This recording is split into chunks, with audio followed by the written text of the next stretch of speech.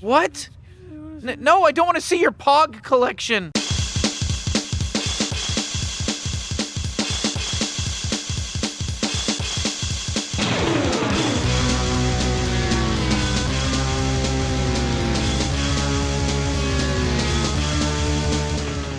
Milk caps. POGs. Cheap-ass little cardboard discs people were tricked into collecting. Anybody who was alive in the 90s will remember POG mania. For a few years, it seemed as if every kid was obsessed with these little buggers. They could contain totally rad, unique art, or they could feature your favorite comic book, TV, and movie characters. Hell, they even acted as straight-up advertising for companies. They were like little tiny circular billboards. Anyway, not only were they fun to collect, the game that was associated with them was simple, fun, and very easy to learn and teach. You stacked the POGs in a column, and then you took a thicker disc, usually made of plastic, called a slammer, and threw it down on the POGs. Any that flipped over were yours to keep. Then your opponent would stack the remaining POGs into a new column, throw their slammer down, and play would continue in this way until all POGs had been flipped. Overall, it was kind of like the 90s equivalent of marbles. And just like marbles, the real gangstas played for keeps. I should not be saying the word gangstas.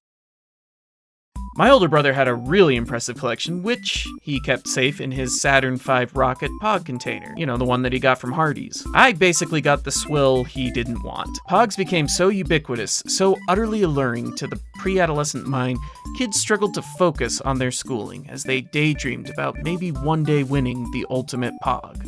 So yeah, POGs would end up being the first item I ever remember being banned from my school. It wouldn't be the only item, mind you. It was followed up with virtual pets like the Tamagotchi and then of course, Pokemon cards. Yeah, POG mania was crazy. But where the hell did these come from? Who invented this game? Spoiler alert, Steve Allen, amazing as he may have been, did not in fact invent the POG. Sorry to burst your bubble. This guy, however, Alan Rapinski, I hope I'm pronouncing that right, would be a prime contender for the title of Father of the POG since he founded the official World POG Federation, which acted as a sort of regulating body for the game, and the discs used within it. But in reality, Rapinski was simply a savvy businessman who saw a lot of potential in a little game that was taking Hawaii by storm in the early 90s. Back then, instead of playing with the miniature billboards POGs would evolve into, kids in Hawaii were playing with cardboard discs, okay, I'm gonna butcher this pronunciation, so I apologize up front. I am sorry. They played with little discs from the Halakala. Let's try this again. The kids in Hawaii were playing with the cardboard discs the Haleakala dairy used to seal their bottles. Especially their bottles containing their passion orange guava drink, aka POG. POG. But why was Hawaii so obsessed with milk caps in the early 90s? Well, as with many of the wonderful things we have in this world, we have an educator to thank. Specifically, Blossom Galbiso, or Galbiso. In case you can't tell, I'm very unsure of a lot of pronunciations in this video.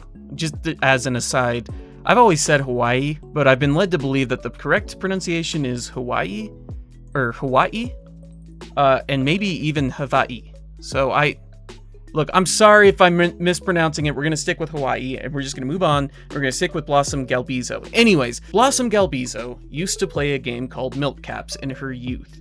And according to an article in the Honolulu Star dated to the 29th of December, 1994, she introduced the game in or around 1991 to the kids she was helping as an alternative to the oftentimes mean-spirited and rough games they would play at recess. Because the game was so simple to learn and so simple to play, it appealed to both sexes, meaning it was a pretty inclusive game. And eventually it spread from her school to pretty much across the state. Everybody was playing milk caps again, or POGs, because they typically got their little cardboard discs from POG drinks since milk drinks weren't really being packaged with cardboard caps anymore. Eventually, Alan Rapinski caught wind of it, saw a very good business opportunity in it, and eventually trademarked the design and the name Pog and brought it over to the mainland. Sadly, Blossom wouldn't live to see the game she reintroduced take the nation by storm, as she died in 1994. She's been forever after affectionately referred to as the mother of Pogs, and I'll be honest, I kind of feel like I have this woman to thank for a good chunk of some of my happiest childhood memories, and I'm willing to bet there's one or two of you who feel the same way.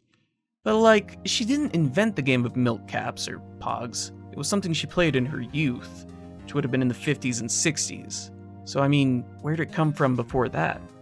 So, as it turns out, this is where things get a little bit fuzzy, because it's a game, and it's a pretty informal game. It's not like people were keeping good track of games kids were playing.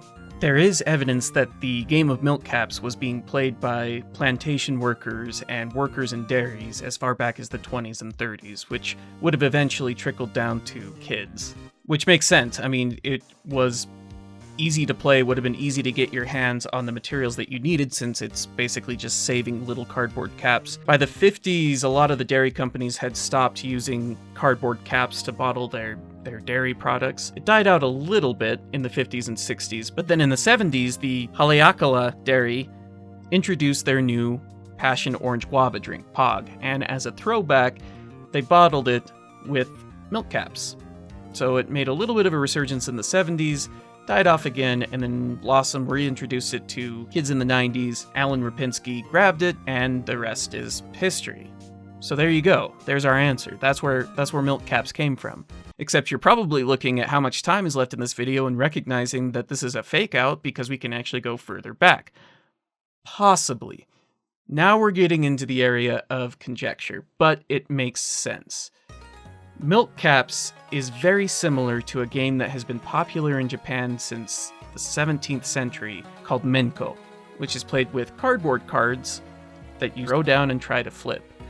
The reason that it would make sense that milk caps would be a variation on Menko cards is because of when milk caps started appearing, i.e. the 20s. By 1920, 43% of Hawaii's population was Japanese. There was a large number of Japanese workers coming into Hawaii. Oftentimes they would be laborers in plantations, and it's not a stretch to imagine that there were quite a few of them working in the dairy plants as well. They adapted a game that they had played back home in Japan using the materials around them, i.e. milk caps. Traditionally, Menko cards would often depict heroes, so samurai, ninja, other warriors, and military subjects. But after World War II, the United States kind of put a damper on that. It was illegal to manufacture anything that showed anything relating to the military. So they switched it up and started making baseball Menko based on Japanese baseball stars. And through the years, into the 80s and the 90s, they would depict pop culture icons. In fact, I found a listing on eBay for some Nintendo Menko, which is fascinating to me since Nintendo started out as a card manufacturer, although they manufactured Hanafuda. An absolutely beautiful game, by the way. So there you have it. That's the history of Pogs. Started out as a card game in Japan, was brought over to Hawaii by immigrants. It was played by a woman by the name of Blossom Galbiso in her childhood. She reintroduced it to a bunch of kids. This guy saw a golden idea for an item that would be super cheap to make and also be very profitable because of the advertising opportunities, and created an absolute boom in a collectible item that generated mass amounts of money for a couple years before it died and was forgotten. And really, the more I think about it, that's the most fascinating thing about Pogs. It's a lot like life. You know, in your heyday, you've got energy and youth, and you're able to do incredible things, and you have such wonderful dreams, and then slowly your body starts to change, and you have pain in your back for no explainable reason, and suddenly you can't get up from sitting position without making involuntary grunts and sounds, and parts of your body that never made any noises whatsoever are popping off like the 4th of July, like your knees and your ankles. And one day you wake up and you look at yourself in the mirror and you ask yourself, is this it? I've only got another 40, maybe 50 years if I'm lucky, left on this planet. And in that first 30 some odd years, what have I done with my life? I mean, I'm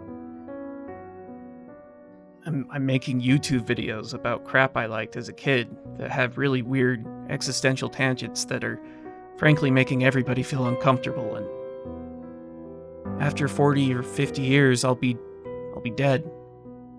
I'll be lowered into the ground with Baker Street playing in the background, because, man, that'd be so emotional.